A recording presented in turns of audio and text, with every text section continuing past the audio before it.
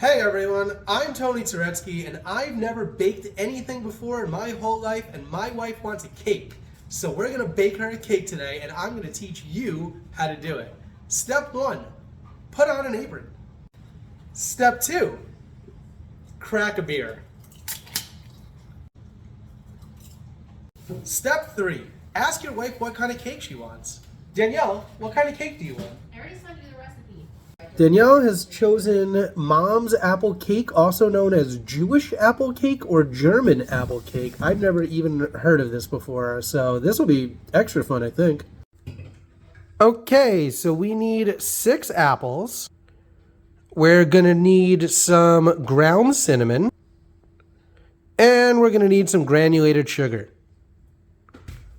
Cool. And the next thing we're looking for is flour, salt, baking powder, sunflower oil, orange juice, but if you don't have orange juice, you can just use apple cider vinegar, vanilla extract, 4 large eggs, but if you don't have large eggs, you can just use regular eggs, I guess, and walnuts or pecans, whichever you have. We have pecans. Danielle just told me these are actually walnuts in the container labeled pecans, so we're going to use walnuts, but we're going to call them. At this point, if you're anything like me, you're exhausted. Go ahead and chug that beer. Danielle, how am I doing so far? You haven't done anything yet. And now it's time to actually do something. So let's heat our oven to 350.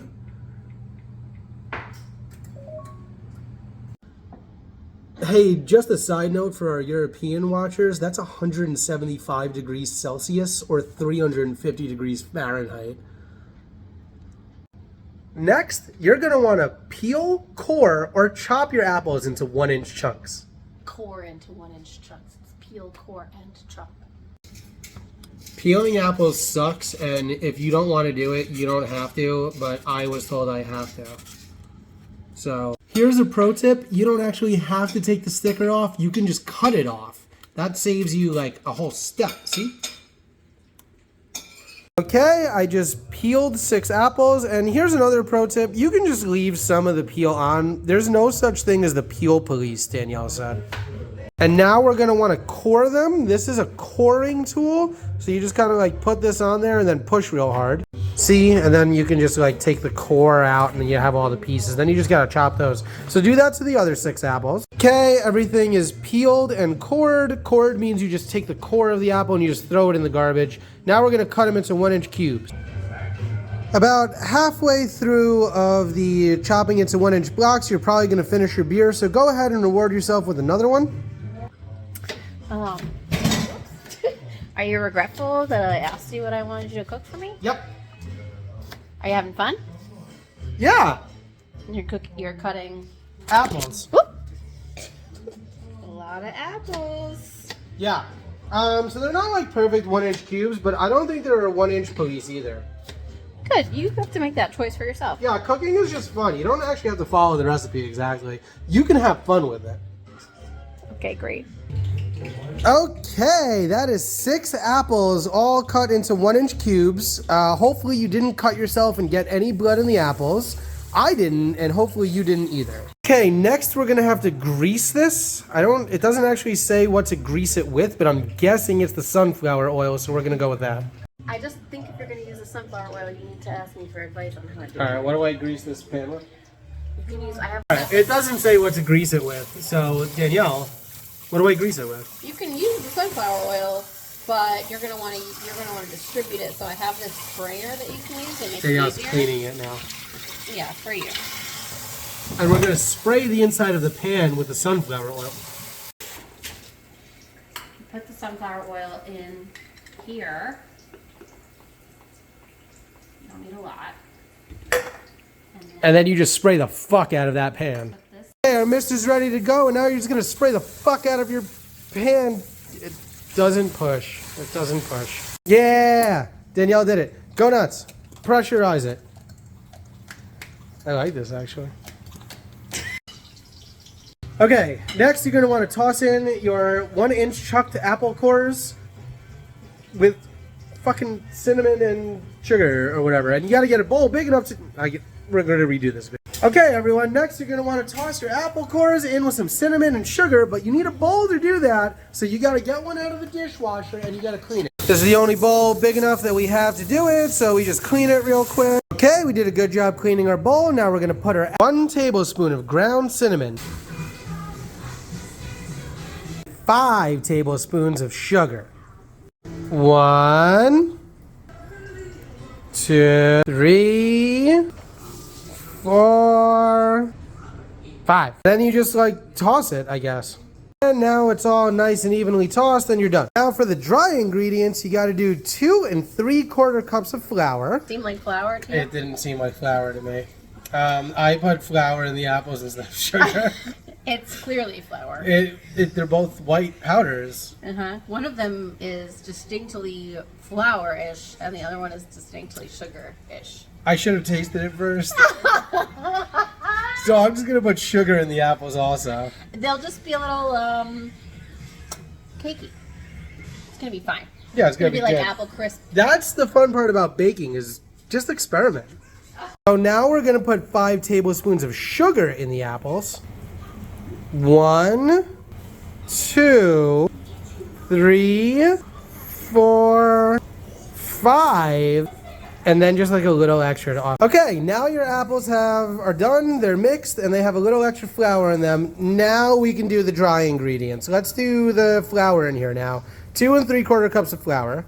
Is there like How a the fuck do gram you get measurement? this in here? Wait, is there a gram? I'm just gonna like measurement? dip it in there, I No, no, guess, no. and find out. Is there Quickly explain that again. We can use gram measurements in here, 360 grams for flour, by volume instead of just like to dipping the measure cup by in weight. there. Yeah, it's you pack the flour in too much and then it's too dense, and then you're using too much flour. So I would recommend doing it by weight. Okay, let's do that.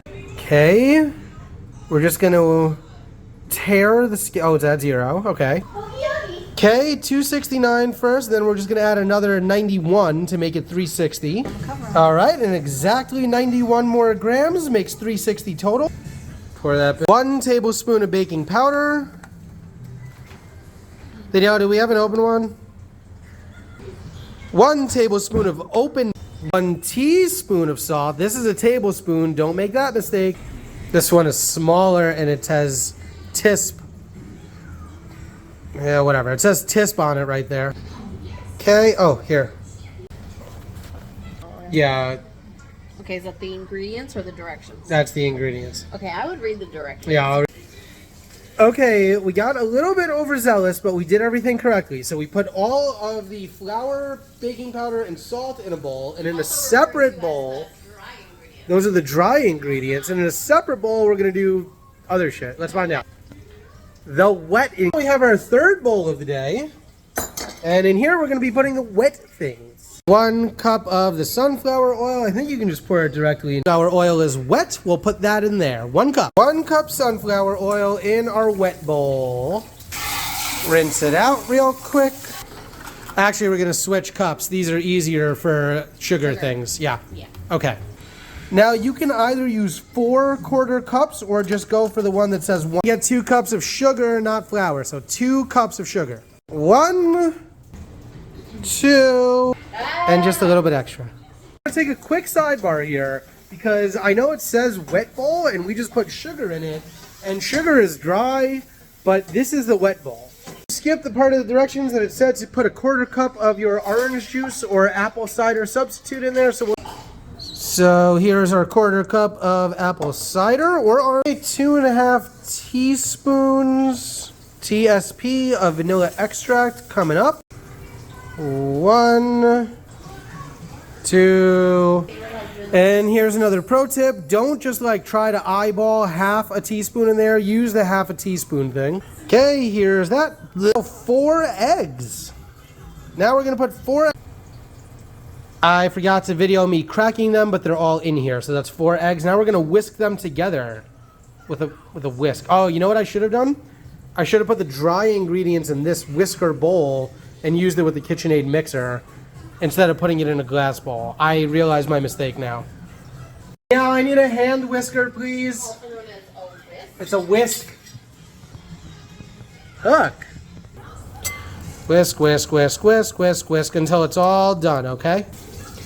So I'm just reading the comments in the video chat here, and a lot of people are asking how you know when the whisking is done, and the answer is you just do it until it feels right. If you do it properly, it should take about 5 to 7 minutes. What are you doing over here? I'm whisking. A really exciting bit. We're gonna put half of the batter into the pan, then put the apples on top of the batter, then put the remaining batter on top of the apples on top of the batter, and then pour the rest of the apples on top of the batter.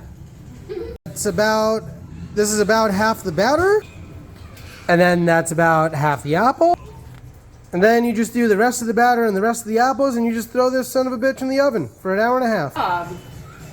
Did I do a good job? Yeah, I think you did. Yeah? Mm-hmm. Yeah. All right, let's put it in the oven. Danielle found some apples that fell while I was whisking. Danielle, can you get that oven door for me? It's not preheated yet. It's ready. Okay, reset. Here we go.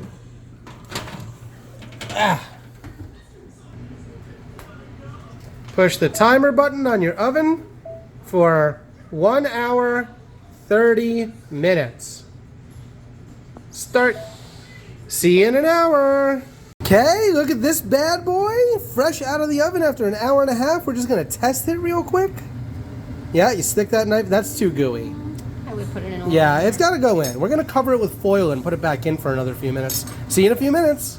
Now that your apple cake is fully baked out of the oven, it's important to let it cool down. Do not try doing this while it's warm. Olive. Olive, be quiet. Olive, we're trying to make a video. Stop. Oh, it's okay. It's not your fault. But stop. Anyway, once everything is fully cool, you run a knife along the edge of the pan to shimmy the cake out, and then you just like turn it upside down on a plate, and you can eat it. Okay, I have an update. The pan is actually 2 pieces, and you don't have to turn the cake upside down. You can if you want to. Oh yeah, look at this bad boy.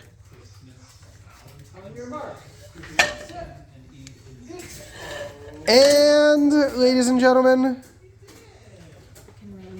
in 1 more minute, ta-da! You have successfully baked your first apple, what is it called? Apple cake. Apple cake. I'd like to thank Danielle, Hein, and myself. That was there. Bye forever.